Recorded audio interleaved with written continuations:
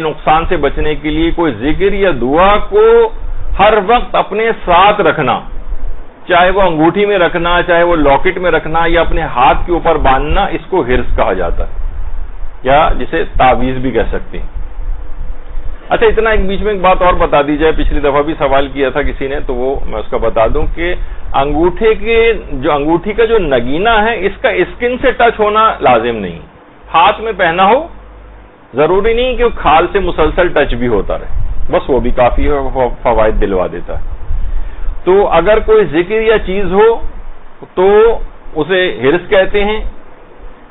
اور کوئی دعا ہو تو اس کو تعویذ کہا جاتا ہے۔ اور حرز جواد جو ہے وہ باقاعدہ اس کے متعلق جو روایت ہے، ہمارے جو ایک عالم گزرے ابن طاؤس، انہوں نے محج الدعوات کے اندر جو ان کی کتاب ہے اس کے اندر پورا وہ واقعہ بھی نقل کیا ہے کہ جو ہمارے امام محمد تقی علیہ السلام کی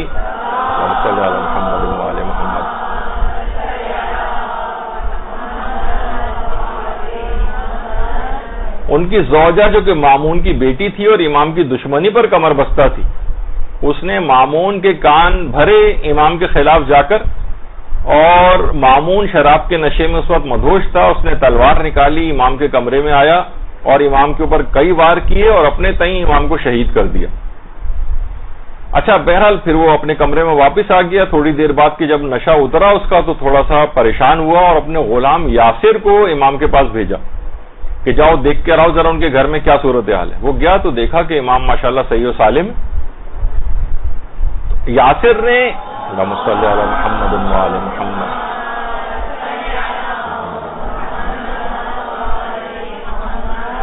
اچھا اس کا خاص غلام تھا، اس نے کہا کہ یہ کیسے ممکن ہو سکتا ہے کہ تلوار سے وار کی ہوں لیکن اتنے زیادہ یعنی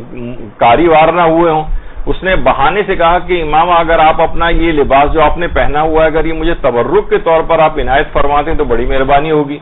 امام ظاہر کریم ابن کریم خاندان والے، انہوں نے جو ہے اپنا اوپری لباس اتارا اور اس کو دیا، تو یاسر دیکھ کر حیران ہو گیا کہ کسی بھی زخم کا کوئی ایک نشان بھی امام کے جسم کے اوپر نہیں تھا۔ اچھا، اب یہ غلام یاسر جیسے جا کر مامون کو ساری صورتحال بتائی، اور کچھ دن کے بعد جب مامون سے خود امام کی ملاقات ہوئی تو امام علیہ السلام نے مامون کو بھی یہ بات بتائی کہ میرے پاس ایک حرص تھا کہ جس نے میری حفاظت کی تھی، اور یہی جو ہے حرص یہ اللہ کے نام ہے اس کے اندر، اور یہ خاص حرص ایک تو تھوڑا سا تفصیلی بھی ہے، اور ایک کم سے کم یہ والا حرص جو کہ مفاتیح الجنان کے اندر بھی ہے، یہ تو انسان اس کو اپنے پاس رکھے، ابھی اس کی بھی تفصیل آتی ہے، اور اس کو لکھنے کے بھی اس کے کچھ خاص آداب ہیں، حرز جواد کو لکھنے کے کچھ خاص آداب بھی۔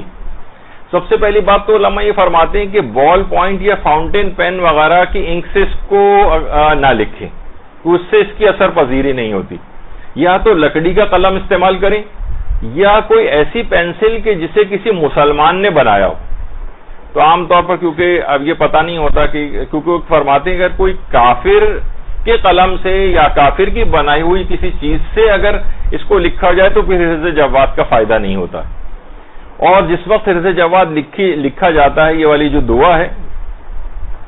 جو ابھی آپ کے سامنے تھی، یہ باوضو ہو کر لکھی جائے اور رو بقبلہ ہو کر لکھی جائے، اور اسے انگوٹھی کے اندر بھی حرز جواد کو رکھ سکتے ہیں، اس کو مثلا آپ کسی کاغذ کے اوپر بھی لکھ سکتے ہیں،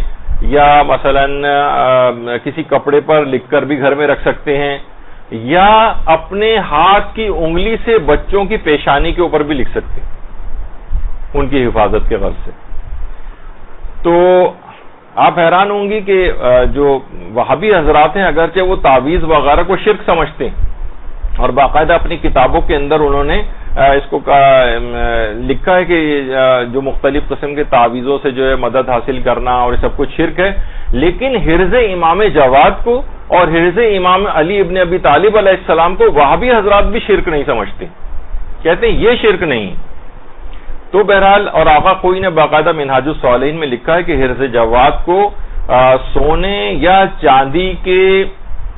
اوپر کندہ کروا کر یا اس کا ایک کیس بنوا کر اس کے اندر کسی کاغذ پر لکھ کر بھی گھر میں بھی رکھ سکتے ہیں، اور اپنے جسم کے ساتھ بھی رکھ سکتے ہیں. بس البتہ وہ ضرور ہے کہ مرد اگر سونے کی انگوٹھی وغیرہ کے اندر اس کو ظاہر نہیں پہن سکتے تو مرد یہ والی احتیاط کریں. لیکن بہرحال کسی بھی سونے اور چاندی میں کندھا کروا کے کسی جگہ گھر میں رکھنا ہے اگر حرز جواد کو تو اس کے اندر رکھا جا سکتا ہے. اور آیت اللہ بہجت ظاہر لوگوں کو مختلف عملیات بتاتے تھے. تو ایک دفعہ خاتون نے آیت اللہ بہجت سے جو ہے یہ سوال دریافت کیا تھا کہ وہ سوتے سوتے ڈر جاتی. اچھا دیکھیے ایک چیز ہوتی ہے عام طور پر بچوں میں جسے نائٹ ٹیررز کہتے ہیں. بچے ایک دم سے سوتے سوتے جو ڈر جاتے ہیں, کوئی آبویس وجہ بھی نہیں ہوتی, آپ اکثر انہیں جھنجھوڑتے ہیں لیکن وہ بیدار بھی نہیں ہوتے, بس روئے چلے جا رہے ہیں, نائٹ ٹیررز کہلاتے ہیں. شروع میں تو ذرا ہوتا ہے, جیسے جیسے بچے کی عمر بڑھتی جاتی ہے ویسے وہ خود بخود ٹھیک ہوتا جاتا ہے, لیکن وہ کب بعض اوقات بڑی پریشان کن صورتحال ہو جاتی ہے گھر والوں کے لیے. تو آیت اللہ بہجت نے اس عورت کو بتایا جو خواب میں اس طرح سے ڈر جاتی تھی. کہا کہ تم چاروں قل پابندی کے ساتھ تلاوت کیا کرو, خاص طور پر معوذتین سورہ فلق اور سورہ ناس کی جو تلاوت خاص طور پہ کرو. اور پھر بھی اگر یہ تمہاری تکلیف رفع نہ ہو, یہ خواب میں ڈر جانے والی, تو پھر تم حرز جواد کو اپنے ہاتھ پر باندھو. یہ باقاعدہ آیت اللہ بہجت نے جو ہے یہ خاص طور پر اس چیز کے لیے بھی حرز جواد کو تاکید کیا. اور اسی طریقے سے حجت الاسلام فریضات جو ایک مشہور عالم دین ہے ایران میں, وہ آیت اللہ بہاؤالدینی کے متعلق یہ بات بتاتے ہیں جو بہت ہی عارف گزرے. وہ کہتے ہیں, خود آیت اللہ بہاؤالدینی فرماتے تھے کہ ایک شخص کے سر پر ایک بہت بڑا پتھر اس کے سر پر آ گرا, لیکن اس کو کوئی بھی نقصان نہیں ہوا. سب لوگ حیران رہ گئے, اتنا بڑا پتھر ایک بلندی سے کسی شخص کے سر پر آ کر گرے اور اسے خراش تک نہ آئے. معلوم چلا, تحقیق کی گئی تو حرز جواد اس شخص کے پاس نکلا. تو یہ اس طرح کی بہت ساری چیزوں سے بچانے والا بہت مجرب ہے. آیت اللہ بہاؤالدینی بھی بات بیان فرماتے تھے, اور آج بھی لوگ جو ہے حرز جواد کو اس کو کر کے اپنی انگوٹھی کے اندر جو ہے وہ رکھواتے ہیں. باقاعدہ ایران سے یہ سب ملتی ہیں, اور علماء حضرات بھی اس کو جو ہے وہ پہنتے ہیں. ایران وغیرہ کے اندر تو یہ بہت کامن ہے, یہاں تو اتنا نہیں ملتی, لیکن اس کے اندر یہی ہوتا ہے کہ بعض اوقات حرز جواد لکھ کے اس کو فولڈ کر کے کسی بھی اس کیس وغیرہ کے اندر کر کے اپنے گلے میں بھی لٹکا سکتے ہیں اور گھر میں بھی کسی جگہ پر رکھ سکتے ہیں. تو اس کے اندر یہ سب چیزیں ہوتی ہیں. بعض اوقات انگوٹھی کے جو نگینہ ہے اس کے اندر بھی اس طرح کی چیزیں اور دعائیں وغیرہ